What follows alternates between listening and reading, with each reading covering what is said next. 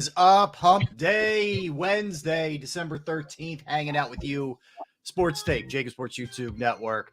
Rob Ellis, Tone Shields. Tone, nice lid, man. I like that. That new? Hey, actually, I had it for a while, man. I break it out every now and again. The color's tan, so I don't want to overwear it. You know what I mean?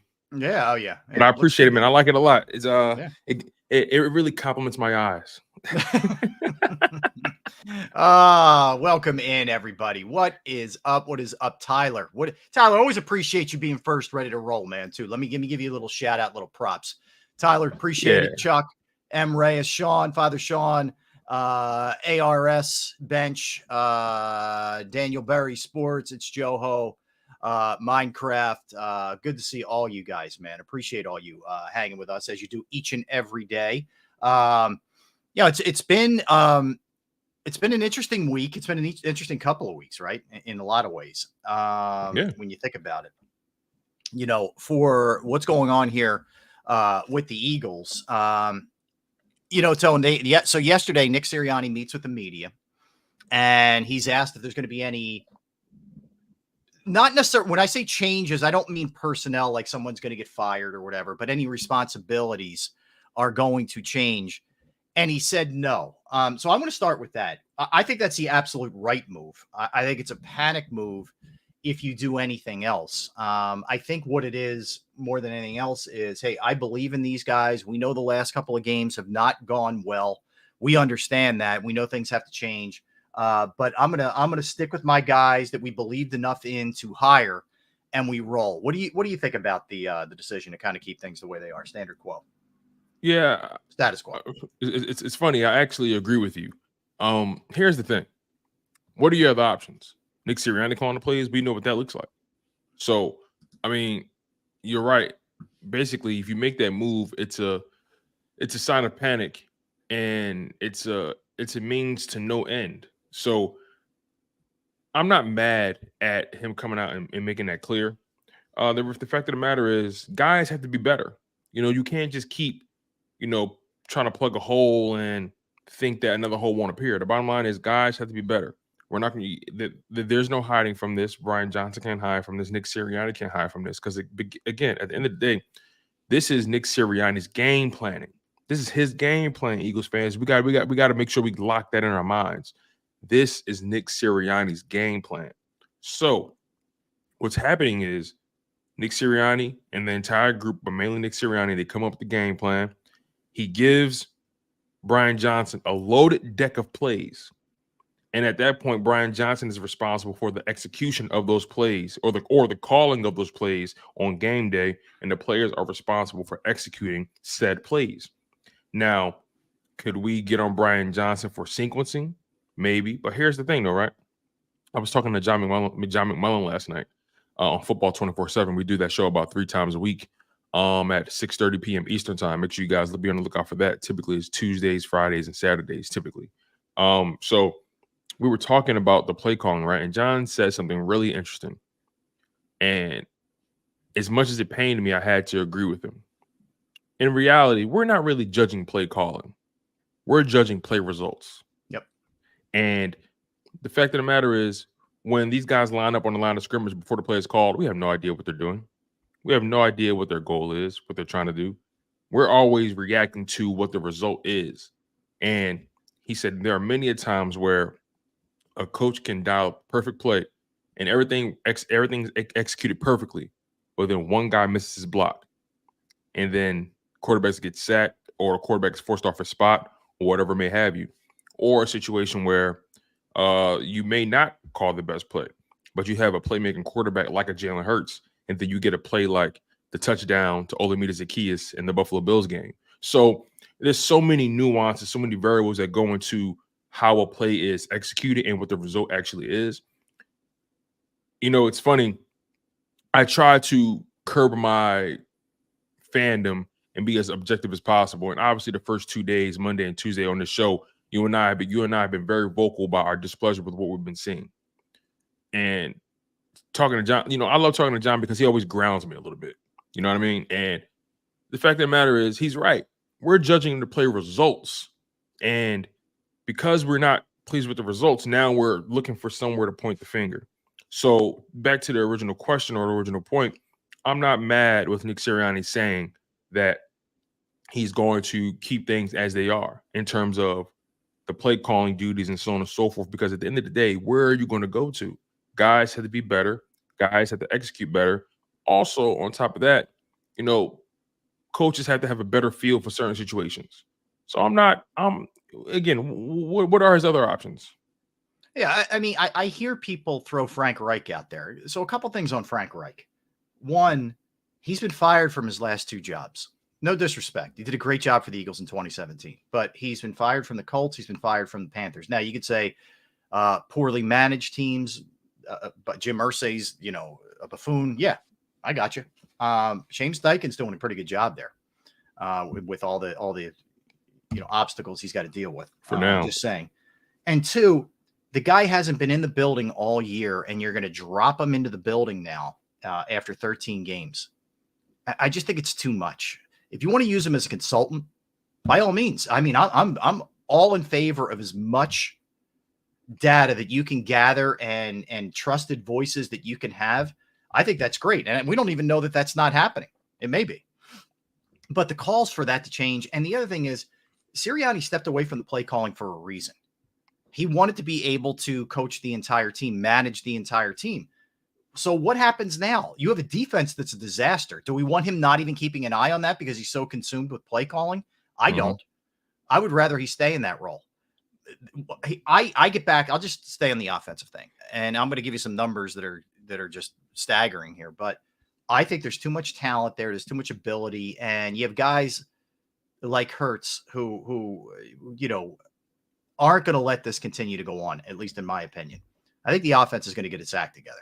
So I think it's the right thing to keep everything in place. I wouldn't know what you do on defense. I mean, if people are actually calling for Desai to not call the defense or be the defensive coordinator, I mean, it's just a panic move. It's not what you do. It's not what good organizations do. You might look at things at the end of the season, assess them, and say, you know what, we're not pleased with this. We're going to move on. But you don't do it now. It's a tough stretch, and this is one of the things we are going to do later in the show is kind of take some deep, telescope kind of perspective at a 10-3 team. But go ahead, you want to make another point? Yeah. You're right. It's just not something you do. Look,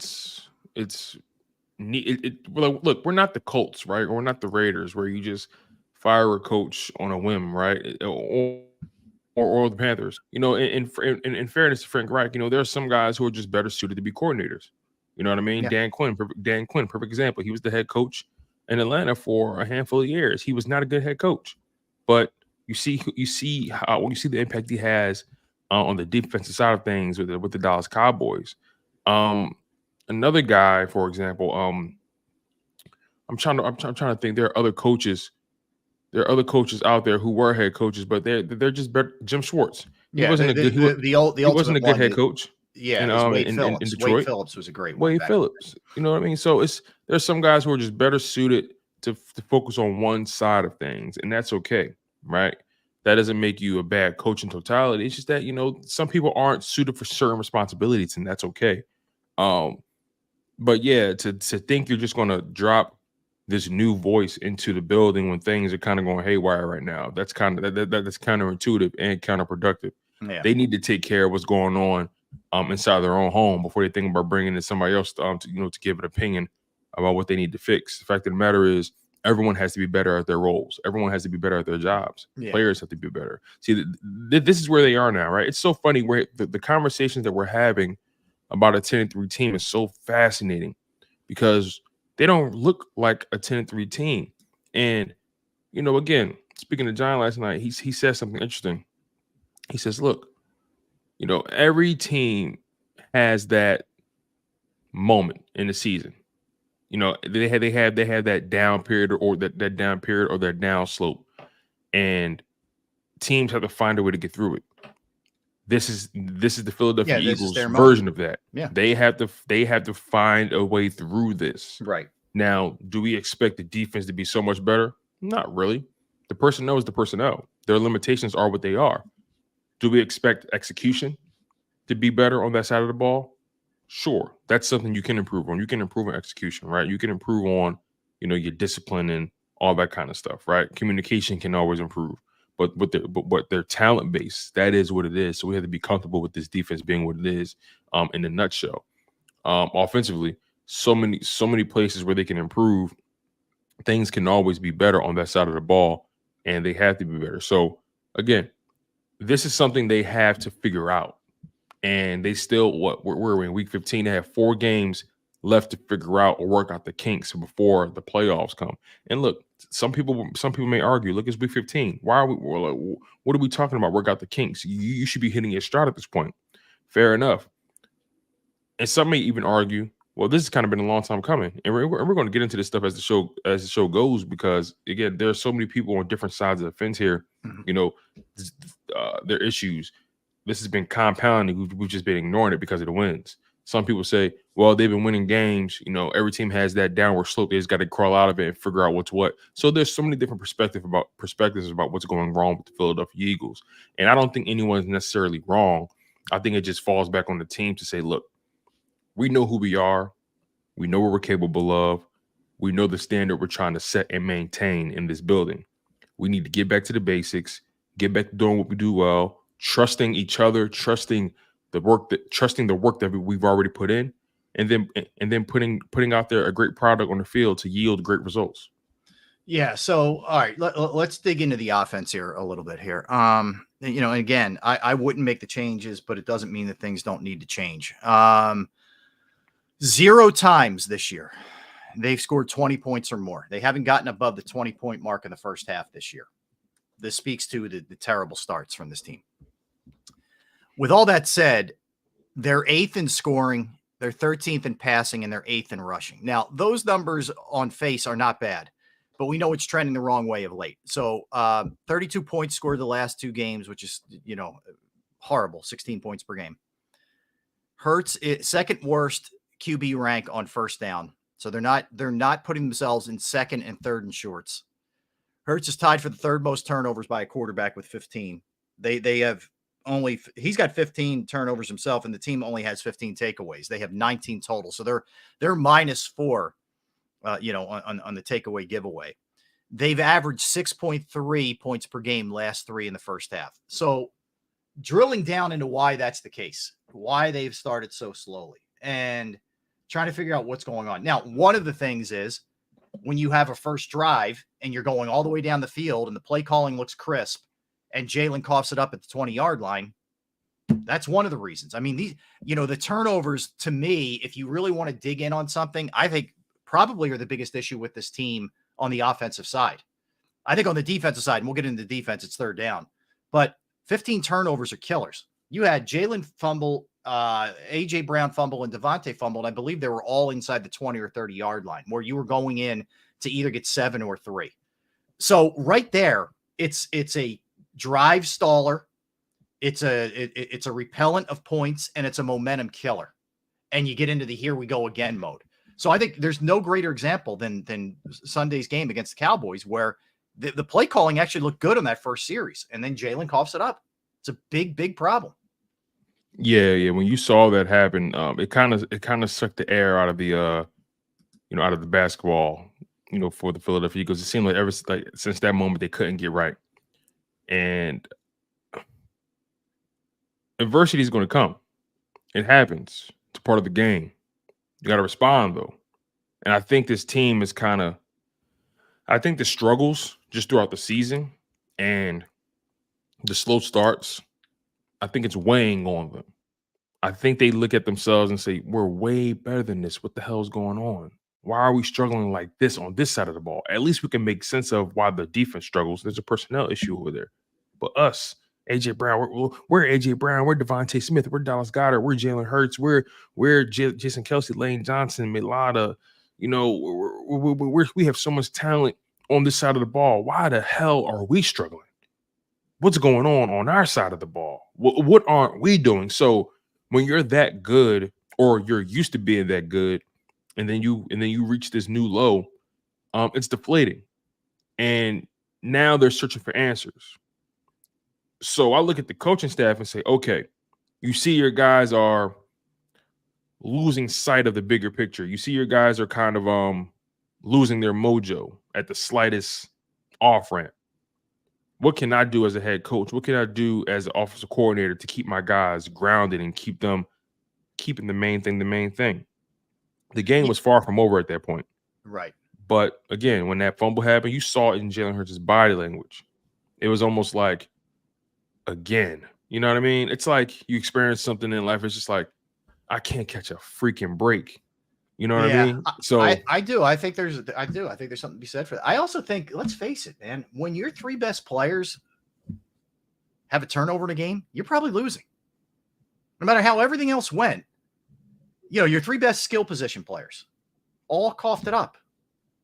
You know, and again, there's a lot of other stuff that went wrong. It's not the only thing that went wrong. But when that happens in a game, usually if you turn it over 3 times in a game, you're dead, period. And the sad part about it is after the scoop and score, they technically were in the game still. They were. It was 24-13. You were 2 possessions away. Right. And you had a couple drives where Dallas kind of took their foot off the gas, and that would have been your moment to pounce. Yeah. But the offense stalled and they were already dejected at that point. Yeah. You would have thought that play would give them a sign of life. Evidently not. So it's so funny. We talk about this on the day-to-day, and you and I don't really have the answers, right? But we just know what we're seeing. And we know that there's something wrong with the way this offense is being led and the way it's being executed. No, I agree. I agree. Look, I look at it from a couple different perspectives with in regards to the offense. I don't think they're doing enough. I think they could do more to help Jalen get in a rhythm. I think they could do more to have higher percentage throws, quicker plays, you know, where he's getting the ball out. But I mean, ultimately, there's a couple of things. He's got the slowest time of getting rid of the ball in the pocket. He's turning the ball over a ton. I hate to say it, but some of these tendencies are what it looked like with Carson Wentz at the end. And Jalen's way better, way more talented, but they're the kind of things that kill you as a quarterback. So I think Jalen, his coaches, your coaches are there to put you in the best position to succeed. They have to figure out why this keeps happening. Now, I understand you can only coach a guy up so much. Once he gets out there, it's not on a coach. It's on him to do it. I understand that. Agreed. So, but they have to figure out why this is happening. Why was he 14th last year and he's last this year? Why has it dropped so much? What can we do?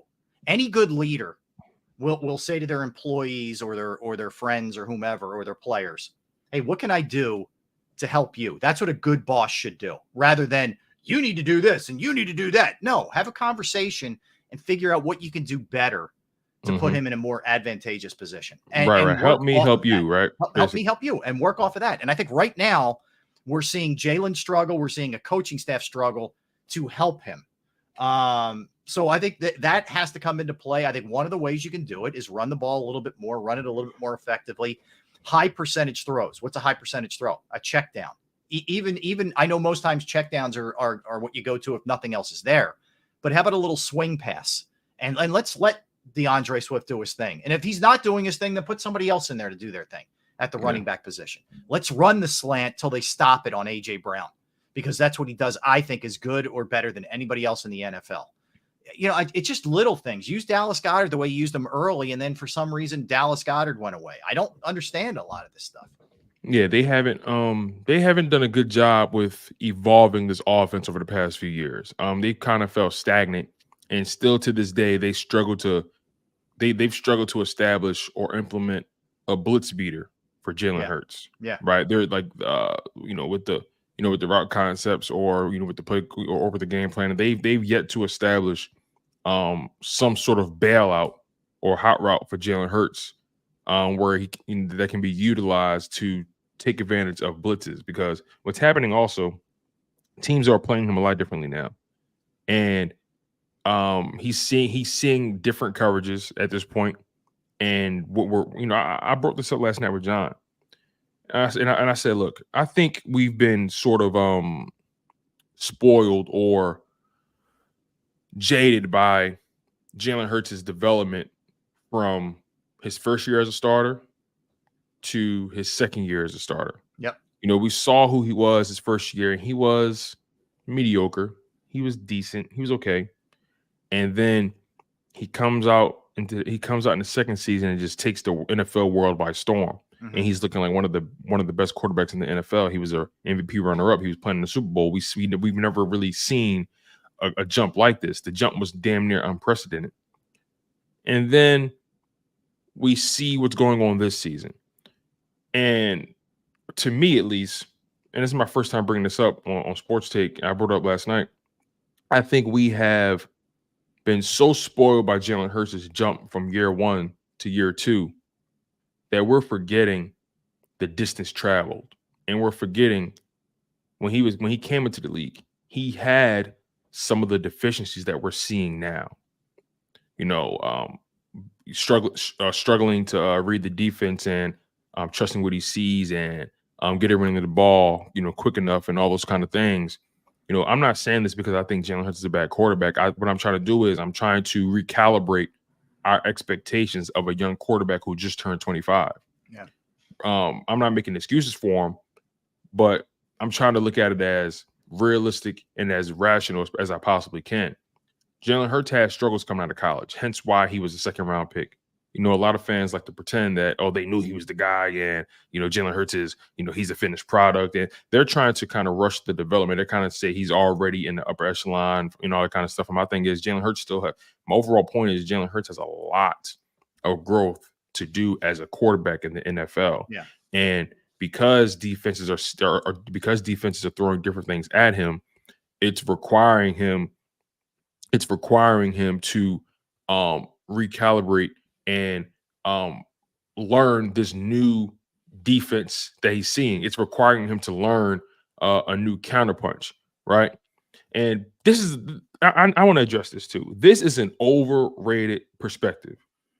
Brian Johnson, about the one that's up there right now, from Bobby Murphy. All right, can Brian Johnson know Jalen his whole life and not know his strengths and weaknesses makes no sense to me. You guys are overrating that whole narrative. Like that narrative means nothing, on the football field.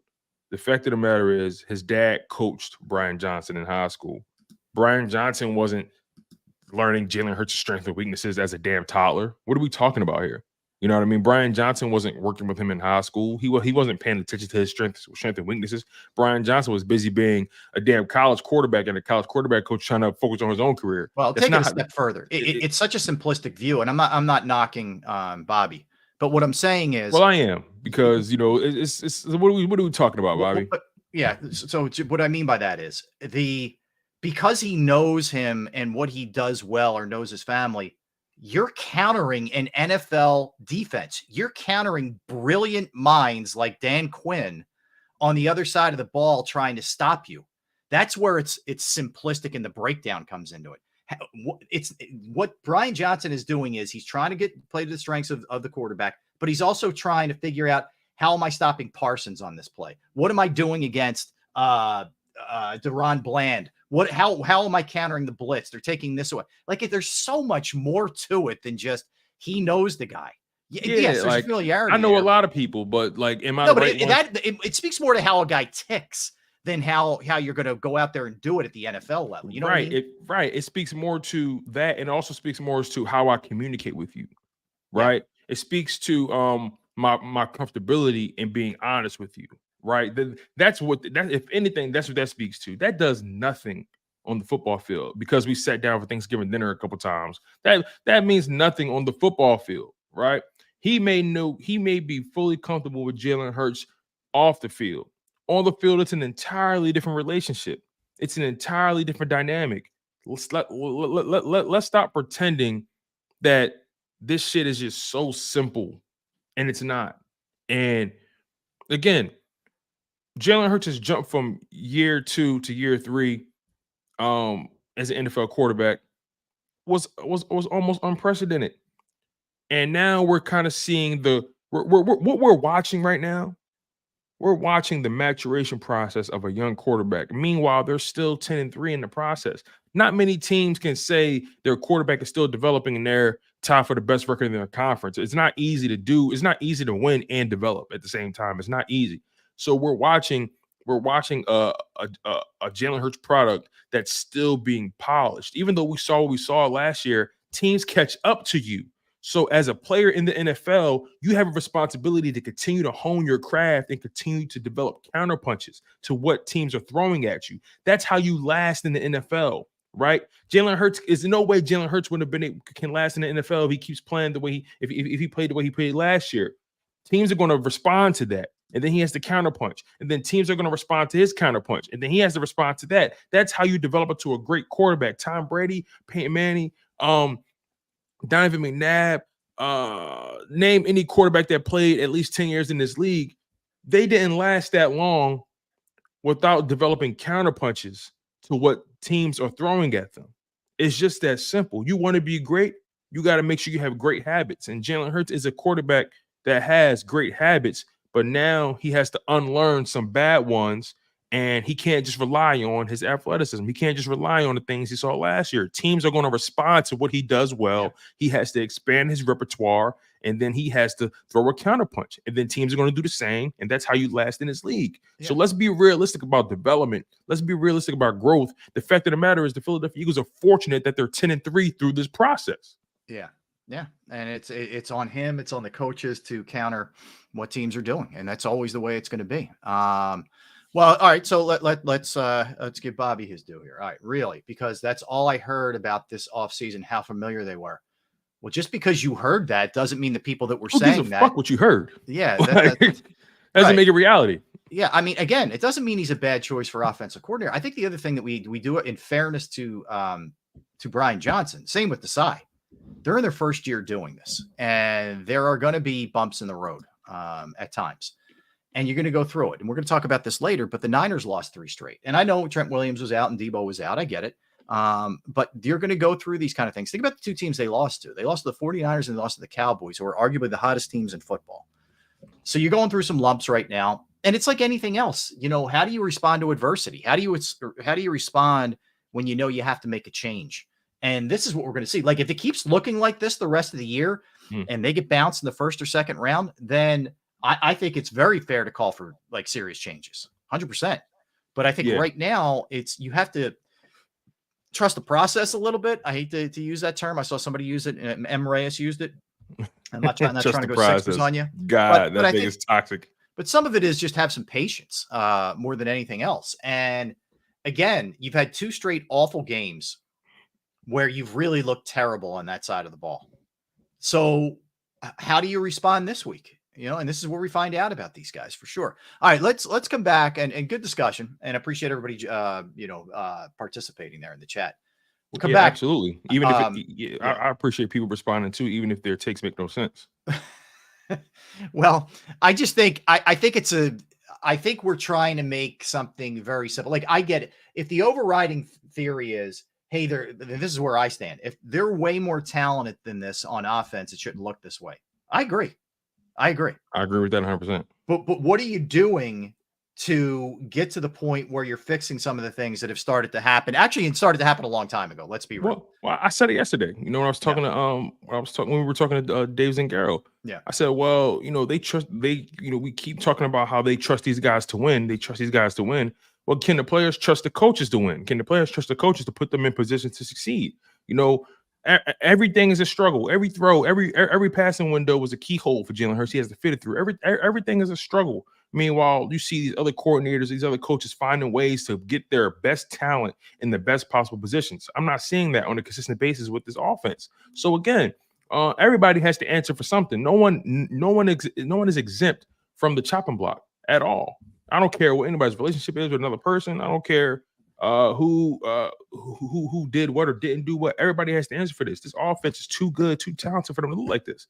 And many people are failing at their jobs right now. I agree with that.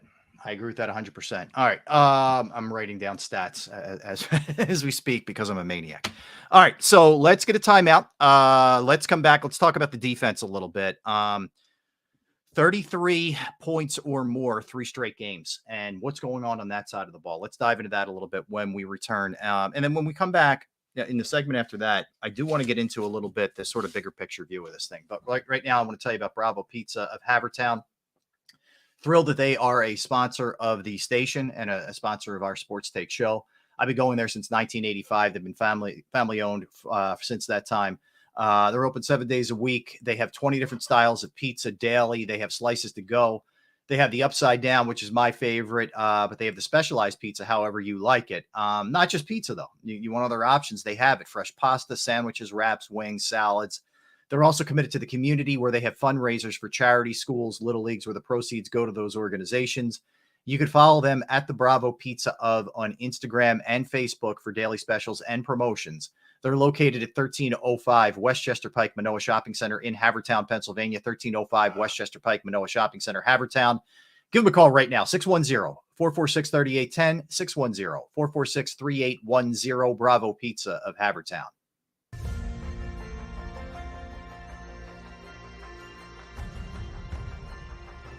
I remember getting my heart broken when they lost the Super Bowl in 2004. We're big Eagles fans. We moved to South Philly because of the Eagles. When they won, we went straight to Broad Street, and everybody was going nuts over there, and it was just a memory that you'll never forget.